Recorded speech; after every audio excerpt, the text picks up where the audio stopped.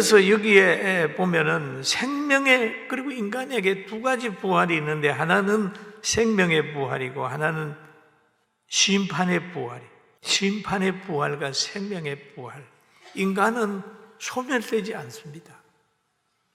그리고 부활을 목격시킨 다음에 또 부활을 본 그들에게는 사명을 주셨어요. 그 여인들 보고 하는 말이 있습니다. 빨리 가서, 한번 따라 하실까요? 빨리 가서. 빨리 가서. 제자들에게 이르되 그가 죽은 자 가운데서 살아나셨고 너희보다 먼저 갈릴리로 가시나니 거기서 너희가 배우리라 하라. 보라, 내가 너희에게 일렀느니라 라는 말을 하고 있죠. 빨리 가라. 가서 더디 있는 제자들에게 저 갈릴리에서 만나자고 해라, 그 말이거든요. 그런데 여기에 부활의 정인 되는데, 이 여인들에게는 제자들에게 가서 부활을 전하고 군병들에게는 예수님을 죽인 자들에게 가서 부활을 전하는 거예요. 전하는 대상이 다른 겁니다, 여러분. 여러분, 악한 마음을 가지고 악한 일에 동업하지 말라는 거죠. 여러분, 악한 일에 동업을 하면 분명히 그 악함을 많은 사람 앞에 증거하게 되는 날이 온다는 거죠. 누가 악한 일에 함께 공모를 하면 여러분 옆에 있는 사람이 항상 자기 편이 될 줄 압니까? 다 기록해 놨다가 공개적으로 이 사람이 옛날에 이런 잘못된 사람입니다라고 하는 악함을 증거할 때가 온다는 거죠. 우리는 지금 세상을 보고 있지 않습니까? 그러나 선한 일을 함께 하다가 보면 언젠가는 선한 일을 증거할 때가 와요. 내가 10년 전에, 20년 전에, 30년 전에 봤더니 참 저분은 훌륭한 사람이었어 라고 증거를 하는 사람이 있는가 하면, 내가 10년 전에, 20년 전에 봤더니 이 사람은 참 나쁜 사람이었어, 그렇게 하는 사람도 있어요. 여러분, 악한 일에 동업하지 말고 공모하지 말고 하나님 앞에 외롭더라도 진리 따라가기를 주의 이름으로 축원합니다. 아멘. 그래서 제자들에게 가서 이제 예수님 부활을 전하는 거죠. 과거에는 제자들이 다른 사람에게 예수님 얘기를 했지만은 오늘 이 부활의 정인이 된 여인들은 예수 그리스도의 부활을 제자들에게 전하는 거예요. 그런데 여기 오늘 보게 되면은 하나님께서 이 여인들로 하여금 무덤에 오게 했다고 그렇게 볼 수 있는 거예요. 제자들에게 복음을 전하게 하려고 무덤에 오게 했다, 알려주려고. 그 다음에 이 경비병들을 갖다가 많이 세워놨는데 역시 그들에게도 부활을 체험시켜서 예수님을 죽인 그들에게 예수님의 부활을 확실하게 전하기 위해서 경비병을 세웠다. 그러나 그 경비병을 세웠는데 그들이 가가지고 얘기를 하게 되니까 또 악한 일을 하잖아요. 내 돈 줄게. 예수님 부활했다고 하지 마.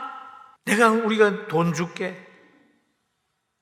그러면서 경비병들에게 돈을 줍니다. 양심을 사버립니다. 그렇게 해놓고 또 신분 보장을 하는데 마태복음 28장 14절에 이런 말씀이 있어요. 만일 이 말이 총독에게 들리면 우리가 건하여 너희로 근심하지 않게 하리라. 그 내용은 뭐냐 하면, 우리가 잘 때에 예수님의 제자들이 와서 예수님의 시체를 가져왔다고 해라. 왜? 빈 무덤이 있기 때문에 뭔가 만들어내야 되잖아요. 그러면은 경비병은 죽임을 당하는 거예요. 근무 잘못했다고. 그까지라도 보장을 하는 거예요. 만약에 총독에게 들리면 우리가 건하여 너희로 근심하지 않게 할게. 그리고 돈 줄게.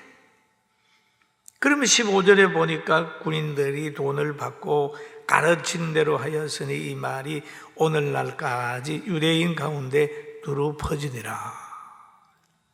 그 말이 유대인들은 지금도 이 말에 속고 있습니다. 이거 왜냐하면 기록이 되어 있기 때문에 그렇습니다. 예수님을 죽인 자의 경비병은 예수님의 부활을 알게 됐어요. 그러나 부활을 얘기 못하는 것은 돈을 받고 압력을 주기 때문에 진실을 말하지 못하는 거죠. 여러분, 그때만 그럴까요? 그때만 역사가 왜곡됐을까요? 지금 우리나라의 역사는 왜곡된 게 없을까요? 잘못된 이 현장이 오히려 잘된 것으로 바꾸어지고 잘된 것이 못된 것으로 바꾸어진 역사가는 없을까요? 지혜롭게 잘 분별하는 여러분과 저가 되길 주의 이름으로 축원합니다. 아멘. 우리는 기도해야 될 제목이 많습니다. 요즘에 언론 매스컴을 봅니다. 청백인 나와서 뭐 하는 것처럼 나와서 어른들끼리 논리 싸움하고 말싸움 하는 것을 보면서 나라의 장래가 걱정이 돼요. 차라리 어린 아이들이나 청년들이 모두가 자연 속에서 심는 대로 거두는 법칙을 깨달으면서 땀 흘려 일하면서 먹을 것을 얻는 그런 아름다운 옛날이 훨씬 더 행복했노라고 고백할 수밖에 없어요.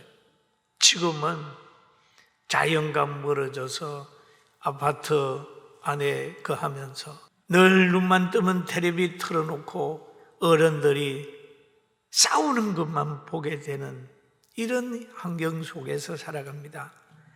그러나 우리는 오늘 부활의 주님을 생각하면서 늘 자연 속에서 하나님의 말씀 안에서 우리의 마음을 아름답게 만들어가는 축복된 삶이 있게 되기를 주의 이름으로 축원합니다.